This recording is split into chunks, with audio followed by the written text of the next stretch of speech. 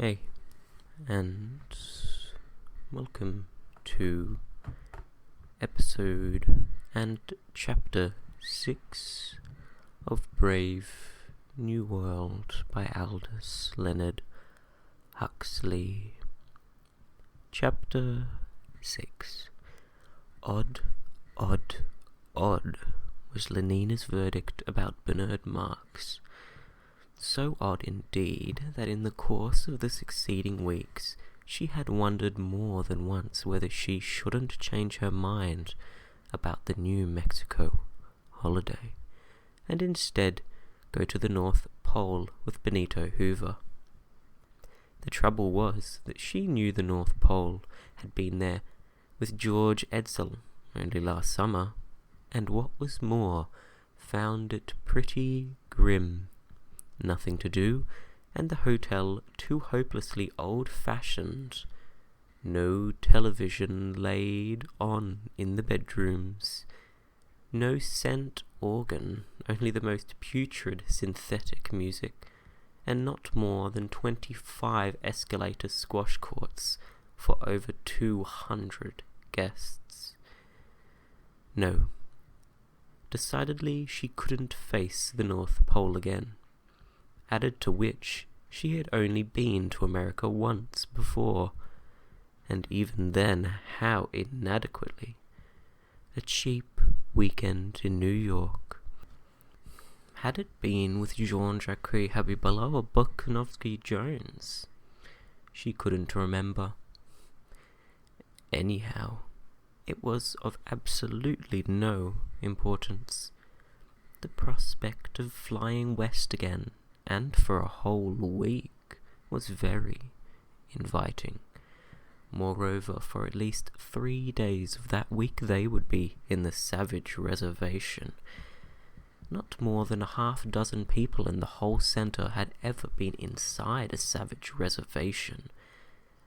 As an Alpha Plus psychologist, Bernard was one of the few men she knew entitled to a permit.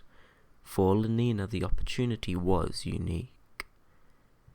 And yet, so unique was also Bernard's oddness that she had hesitated to take it, and had actually thought of risking the pole again with funny old Benito.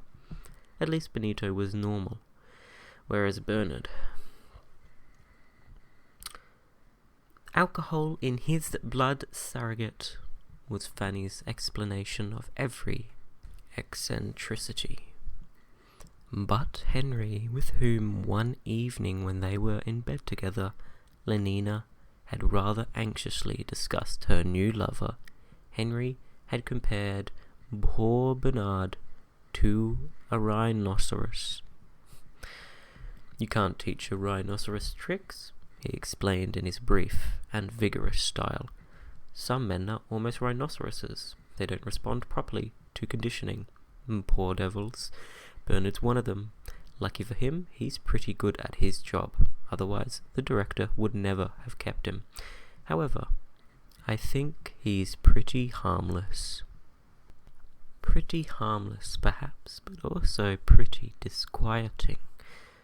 That means, to start with, for doing things in private, which meant in practice not doing anything at all. For what was there that one could do in private? Apart, of course, from going to bed, but one couldn't do that all the time.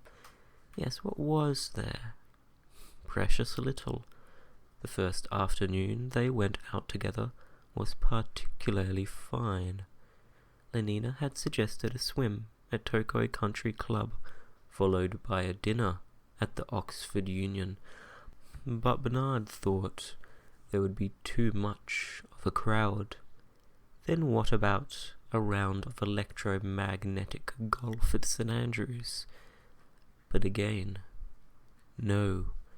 Bernard considered that electromagnetic golf was a waste of time.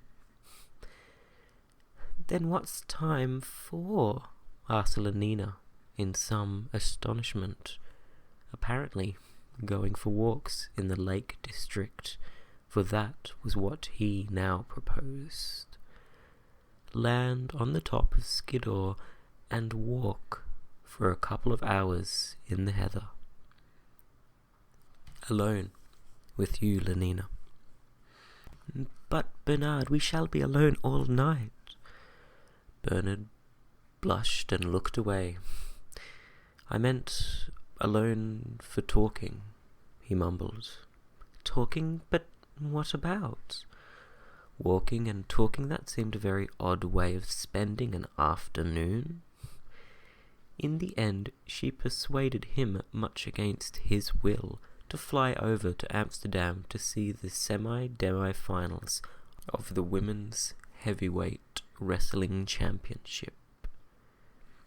In a crowd, he grumbled, as usual. He remained obstinately gloomy the whole afternoon. He wouldn't talk to Lenina's friends, of whom they met dozens in the ice cream Soma bar between the wrestling bouts, and in spite of his misery absolutely refused to take the half-a-gram raspberry sundae which she pressed upon him. I'd rather be myself, he said. Myself and nasty, not somebody else, however jolly. A gram in time saves 9, said Lenina, producing a bright treasure of sleep-taught wisdom. Bernard pushed away the proffered glass impatiently. Now, don't lose your temper, she said. Remember, 1 cubic centimetre cures 10 gloomy sentiments. Oh, for Ford's sake, be quiet, he shouted. Lenina shrugged her shoulders. A gram is always better than a dam, she concluded with dignity, and drank the sundae herself. On their way back across the channel, Bernard insisted on stopping his propeller and hovering on his helicopter screws within 100 feet of the waves. The weather had taken a change for the worse. A southwesterly wind had sprung up. The sky was cloudy. Look, he commanded. But it's horrible, said Lenina, shrinking back from the window. She was appalled by the rushing emptiness of the night, by the black foam-flecked water heaving beneath them, by the pale face of the moon so haggard and distracted among the hastening clouds. Let's turn on the radio quick. She reached for the dialing knob on the dashboard and turned it at random. Skies are blue inside of you, sang 16 tremoling falsettos. The weather's always. Then a hiccup and silence. Bernard had switched off the current. I want to look at the sea in peace, he said. One can't even look with that beastly noise going on. But it's lovely and I don't want to look. But I do, he insisted. It makes me feel as though... He hesitated, searching for words with which to express himself. As though I were more me. If you see what I mean, more my own. Not so completely part of something else, not just a cell in the social body. Doesn't it make you feel like that, Lenina? But Lenina was crying. It's horrible. It's horrible, she kept repeating. And how can you talk like that about not wanting to be a part of the social body? After all, everyone works for everyone else. We can't do without anyone, even epsilons. Yes, I know, said Bernard derisively. Even epsilons are useful, so am I, and I damn well wish I weren't. Lenina was shocked by his blasphemy. Bernard, she protested, in a voice of amazed distress. How can you? In a different key.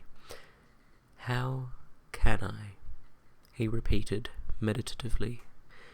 No, the real problem is, how is it that I can't? Or rather, because After all, I know quite well why I can't. What it would be like if I could, if I were free, not enslaved by my conditioning. But Bernard, you're always saying the most awful things. Don't you wish you were free, Lenina? I don't know what you mean. I am free. Free to have the most wonderful time. Everybody's happy nowadays. He laughed. Yes, everybody's happy nowadays. We begin giving the children that at 5. But wouldn't you like to be free? To be happy in some other way, Lenina? In your own way, for example. Not in everybody else's way. I don't know what you mean, she repeated. Then, turning to him, oh, do let's go back, Bernard, she besought. I do so hate it here. Don't you like being with me? But of course, Bernard. It's this horrible place. I thought we'd be more together here, with nothing but the sea and moon, more together than in that crowd or even in my rooms. Don't you understand that?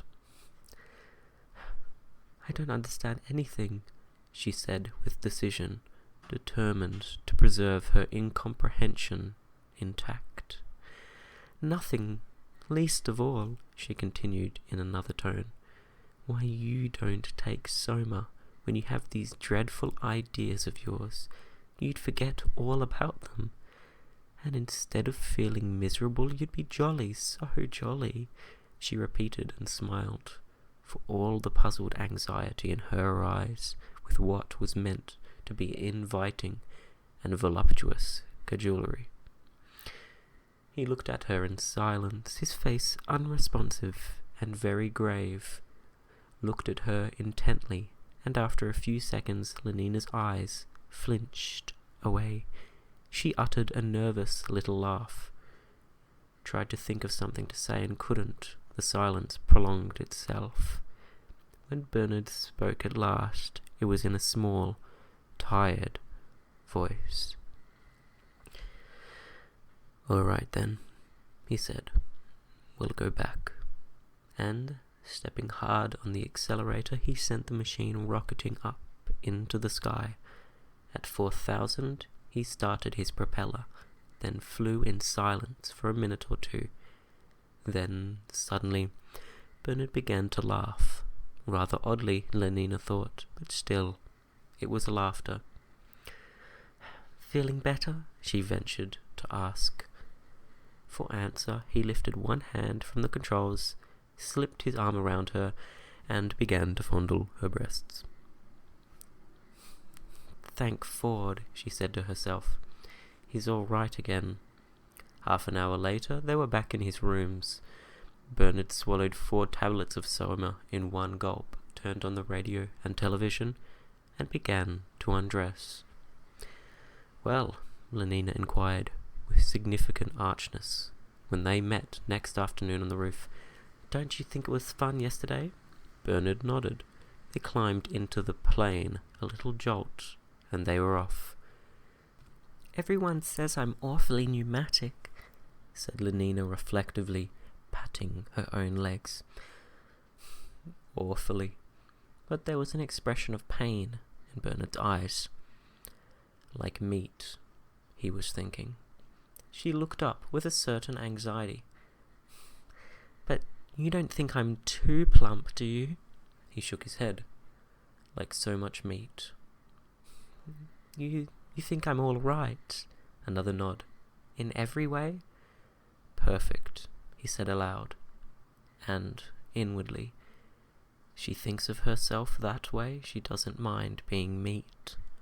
Lenina smiled triumphantly, but her satisfaction was premature. All the same, he went on, after a little pause, I still rather wish it had all ended differently. Differently? Were there other endings? I didn't want it to end with our going to bed, he specified. Lenina was astonished.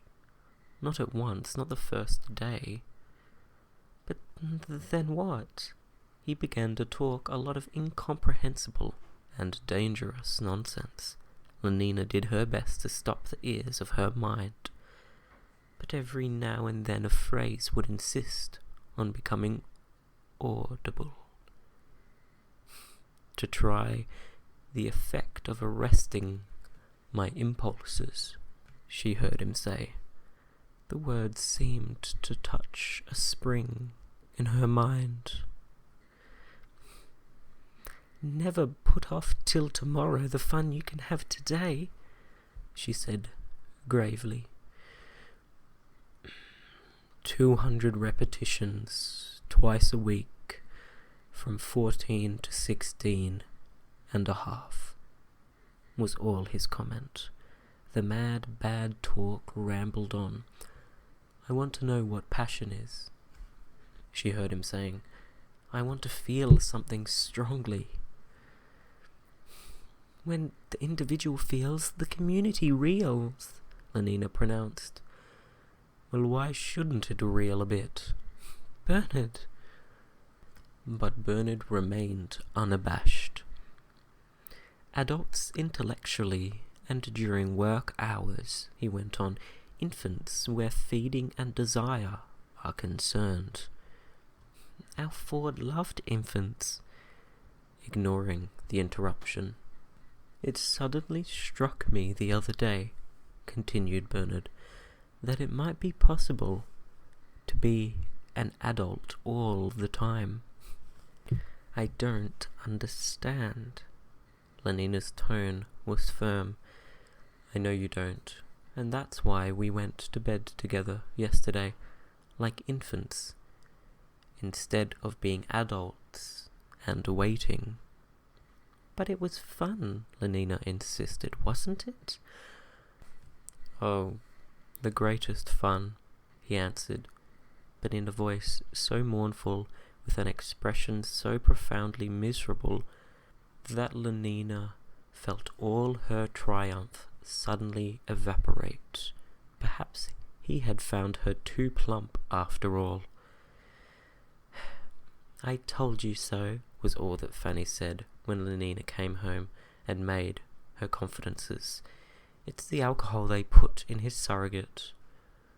All the same, Lenina insisted, I do like him. He has such awfully nice hands, and the way he moves his shoulders, that's very attractive. She sighed, but I wish he weren't so odd. Part 2. Halting for a moment outside the door of the director's room, Bernard drew a deep breath and squared his shoulders, bracing himself to meet the dislike and disapproval which he was certain of finding within. He knocked and entered. A permit for you to initial, Director, he said, as airily as possible, and laid the paper on the writing table.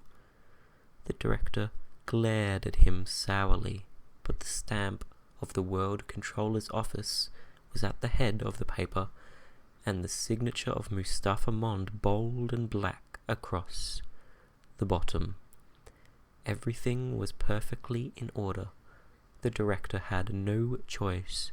He penciled his initials to the small pale letters abject at the feet of Mustafa Mond, and was about to return the paper without a word of comment or genial forward speech, when his eye was caught by something written in the body of the permit. For the New Mexican reservation, he said, and his tone, the face he lifted to Bernard, expressed a kind of agitated astonishment. Surprised by his surprise, Bernard nodded. There was a silence. The director leaned back in his chair, frowning. How long ago was it? He said, speaking more to himself than to Bernard. 20 years, I suppose, nearer 25. I must have been your age. He sighed and shook his head. Bernard felt extremely uncomfortable. A man so conventional, so scrupulously correct as the director, and to commit so gross a solecism, it made him want to hide his face, to run out of the room.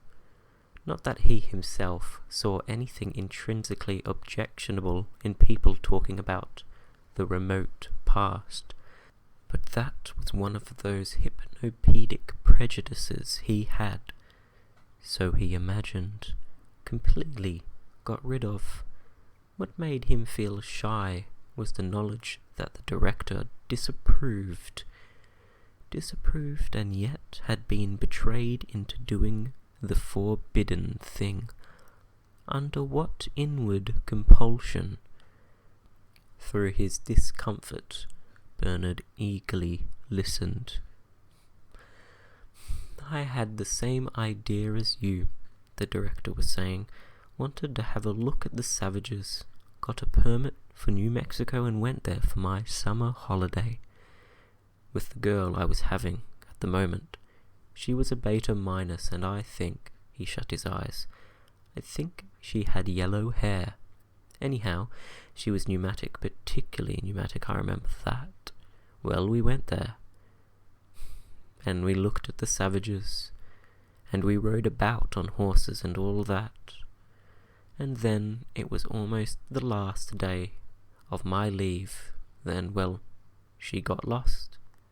We'd gone riding up one of those revolting mountains, and it was horribly hot and oppressive.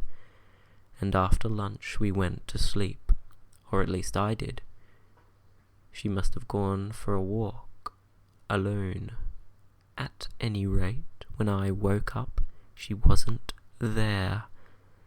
And the most frightful thunderstorm I've ever seen was just bursting on us, and it poured and roared and flashed, and the horses broke loose and ran away, and I fell down trying to catch them, and hurt my knee, so that I could hardly walk.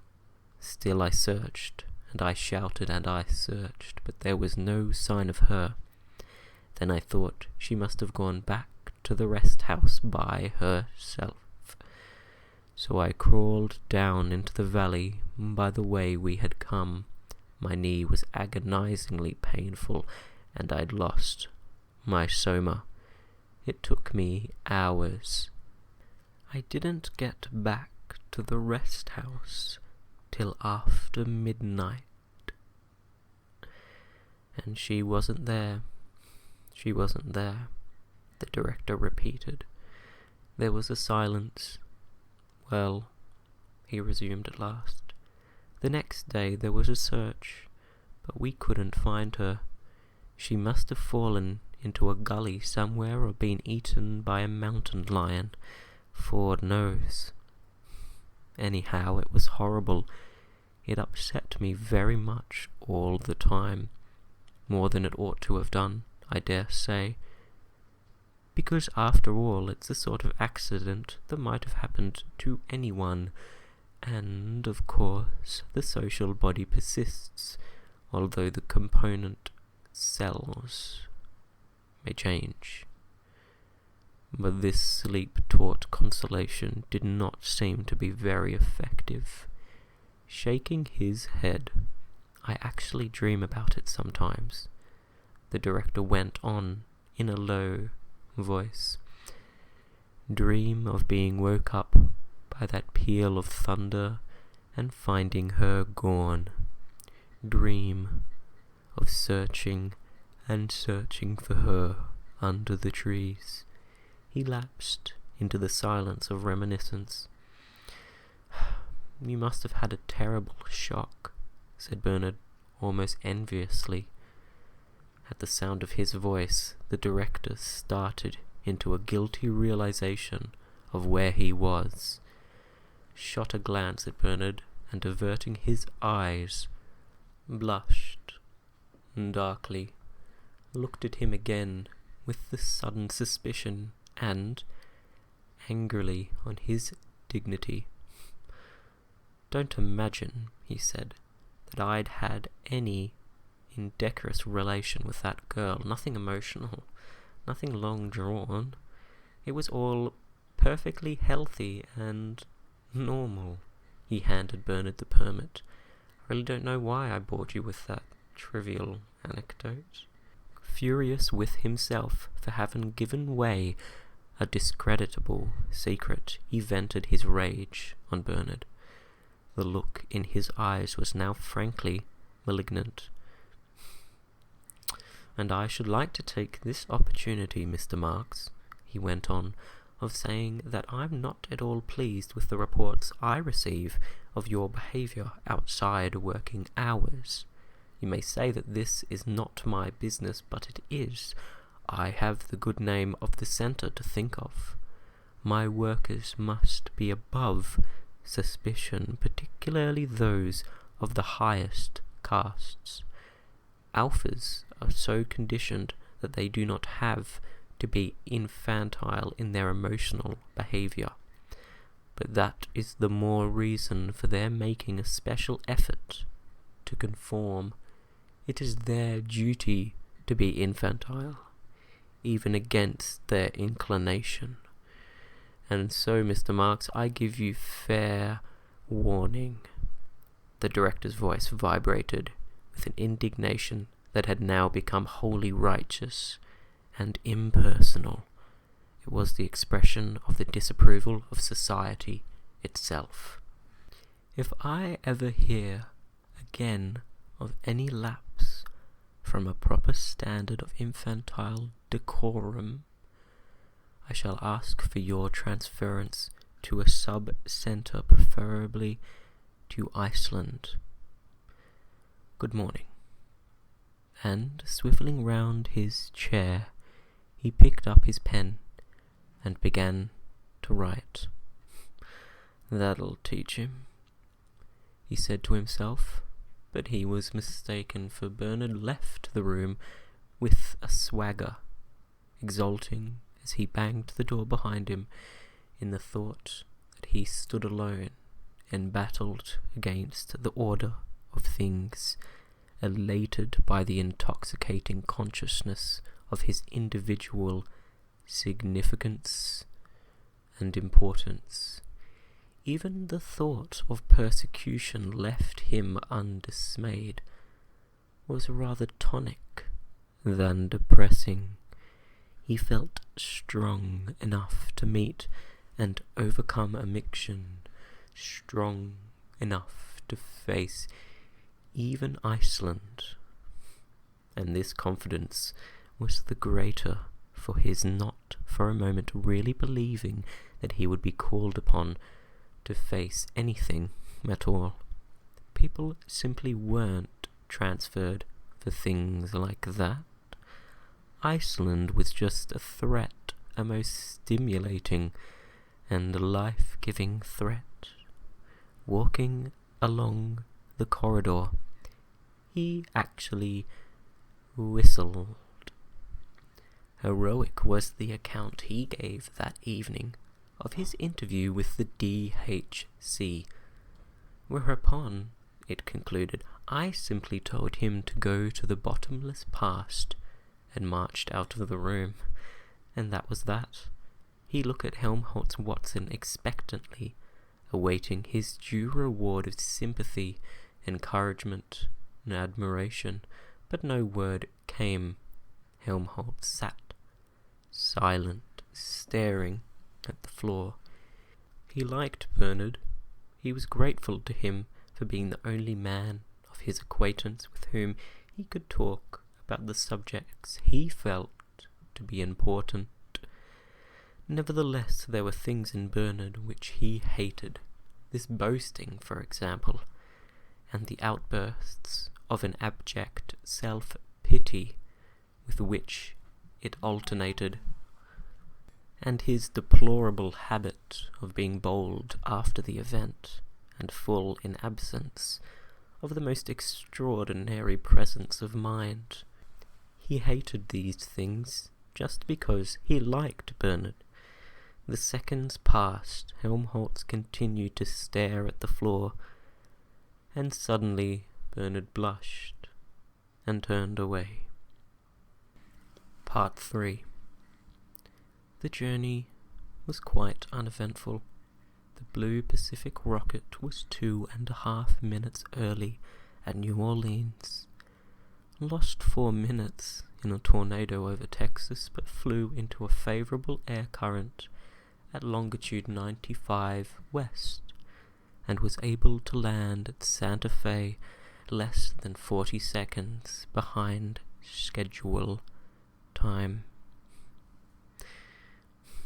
40 seconds on a 6.5-hour flight.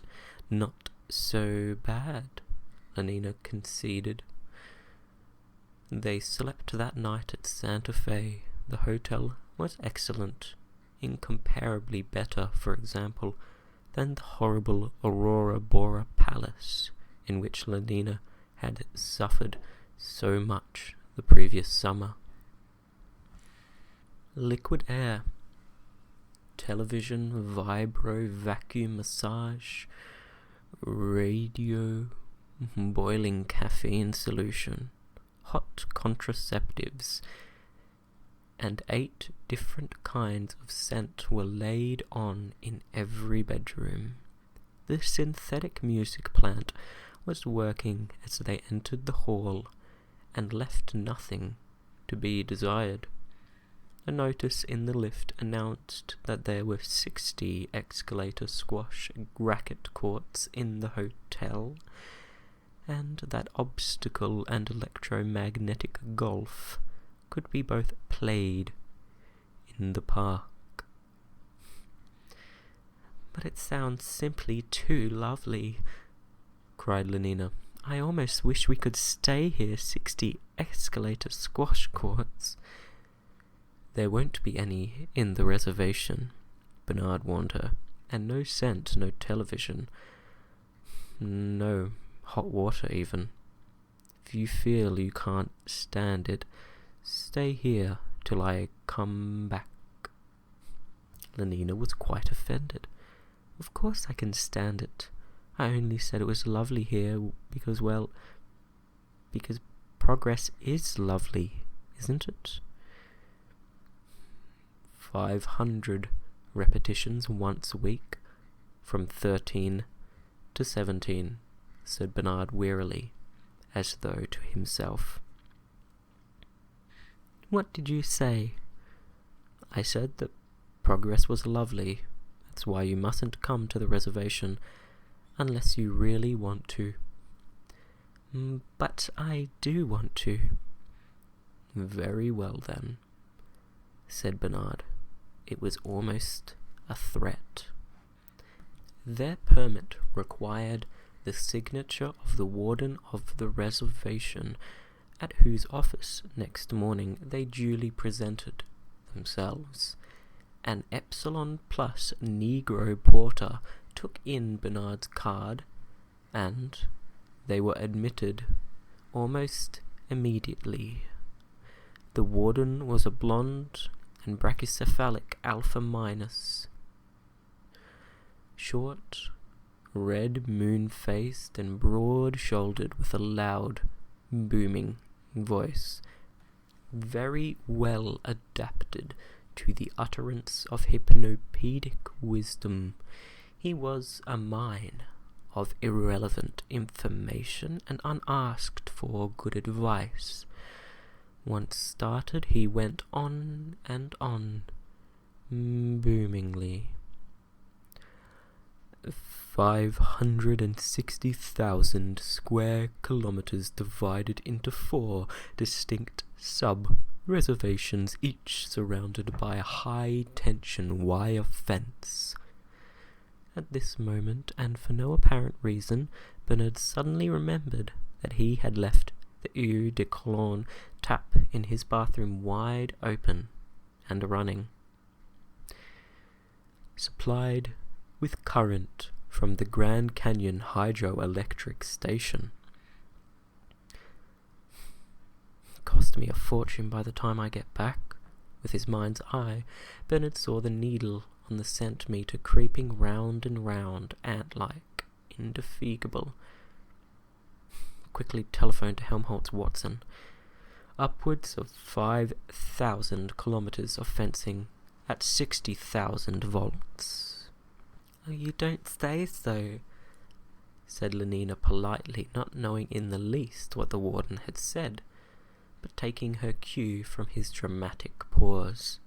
When the warden started booming, she had inconspicuously swallowed 1/2 gram of Soma, with the result that she could now sit serenely not listening, thinking of nothing at all, but with her large blue eyes fixed on the warden's face in an expression of rapt attention.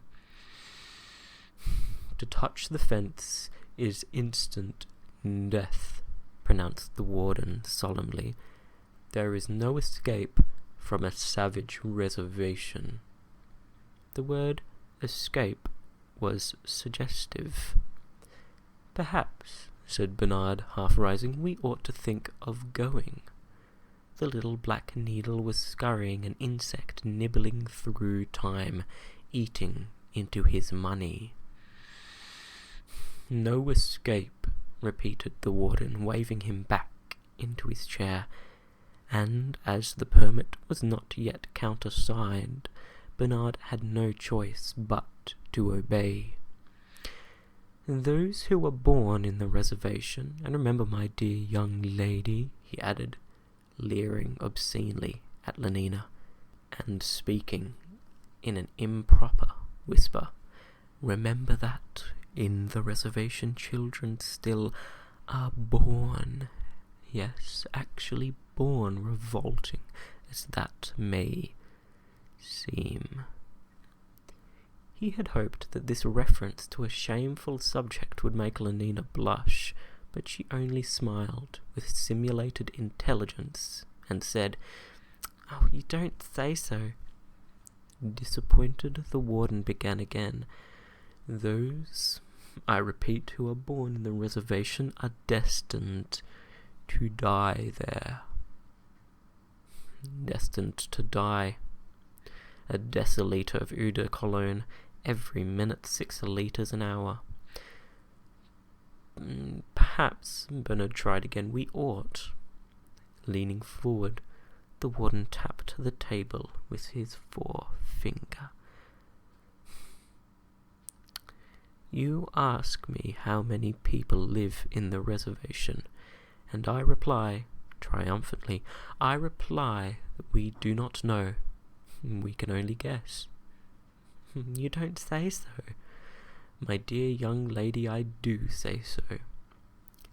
6 times 24, no, it would be nearer 6 times 36. Bernard was pale and trembling with impatience, but inexorably the booming continued. "About 60,000 Indians and half-breeds, absolute savages, our inspector occasionally visits. Otherwise, no communication whatsoever with the civilized world. Still preserve their repulsive habits and customs. Marriage, if you know what that is, my dear young lady. Families, no conditioning. Monstrous superstitions. Christianity and totemism and ancestor worship. Extinct languages such as Zuni and Spanish and Athapascan, pumas, porcupines, and other ferocious animals, infectious diseases, priests, venomous lizards." "Oh, you don't say so." They got away at last. Bernard dashed to the telephone. Quick, but it took him nearly 3 minutes to get a hold on Helmholtz Watson. "We might be among the savages already," he complained. "Damned incompetence." "Have a gram," suggested Lenina. He refused, preferring his anger. And at last, thank Ford, he was through, and yes, it was Helmholtz, to which he explained what had happened, and who promised to go round at once, and turn off the tap, yes, at once. but took this opportunity to tell him what the DHC had said in public yesterday evening. What? He's looking out for someone to take my place? Bernard's voice was agonized. So it's actually decided. Did he mention Iceland? You say he did? Ford, Iceland. He hung up the receiver and turned back to Lenina. His face was pale, his expression utterly dejected. What's the matter? She asked. The matter. He dropped heavily into his chair. I'm going to be sent to Iceland. Often in the past he had wondered what it would be like to be subjected, somerless and with nothing but his own inward resources to rely on, to some great trial, some pain, some persecution. He had even longed for affliction. As recently as a week ago in the director's office, he had imagined himself courageously resisting, stoically accepting suffering without a word. But the director's threats had actually elated him, made him feel larger than life. But that, as now he realized, was because he had not taken the threats quite seriously. He had not believed that when it came to the point, the DHC would ever do anything. Not that it looked as though the threats were really to be fulfilled. Bernard was appalled. Of that imagined stoicism, that theoretical courage, not a trace was left. He raged against himself. What a fool. Against the director. How unfair not to give him that other chance.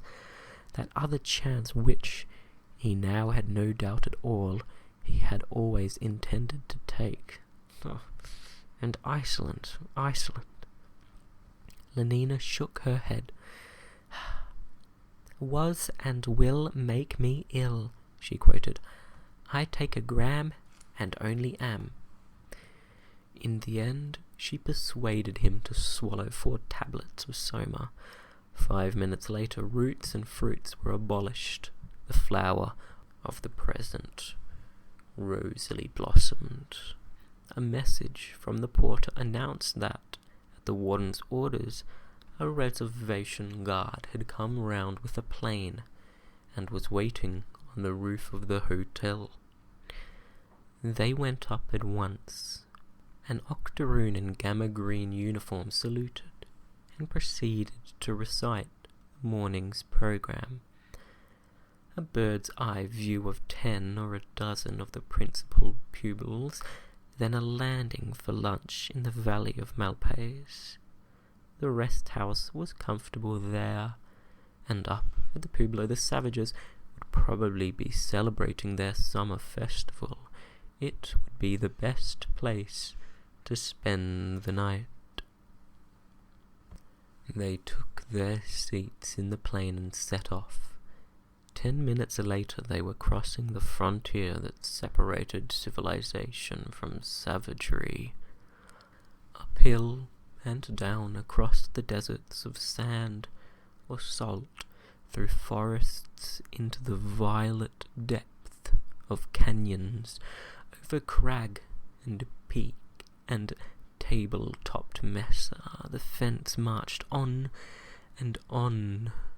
Irresistibly, the straight line, the geometrical symbol of triumphant human purpose, and at its foot, here and there, a mosaic of white bones, a still unrotted carcass, dark on the tawny ground, marked the place where deer or steer, puma or porcupine or coyote, or the greedy turkey buzzards drawn down by the whiff of carrion and fulminated as though by a poetic justice, had come too close to the destroying wires. "They'll never learn," said the green-uniformed pilot, pointing down at the skeletons on the ground below them. "And they never will learn," he added, and laughed, as though he had somehow scored a personal triumph over the electrocuted animals. Bernard also laughed. After 2 grams of soma, the joke seemed, for some reason, good. Laughed and then, almost immediately, dropped off to sleep. And sleeping was carried over Taos and Tezuka, over Nam and Picoris and Pohoake, over Sia and Cochiti, over Laguna and Acoma, and the enchanted mesa, over Zuni and Cibola, and Ojo Caliente, and woke at last to find the machine standing on the ground, Lenina carrying the suitcases in a small square house, and the gamma-green octoroon talking incomprehensibly with a young Indian. "Malpais," explained the pilot, as Bernard stepped out. "This is the rest house, and there's a dance this afternoon at the Pueblo. He'll take you there." He pointed to the sullen, young savage. "Funny, I expect," he grinned. "Everything they do is funny." And with that, he climbed into the plane and started up the engines. "Back tomorrow, and remember," he added reassuringly to Lenina, "they're perfectly tame. The savages won't do you any harm. They've got enough experience of gas bombs to know that they mustn't play any tricks." Still laughing, he threw the helicopter screws into gear, accelerated, and was gone. That concludes Chapter 6 of Brave New World. I hope that you were intrigued and also got to stop and have a break and a rest and a siesta and a reprieve, and good night.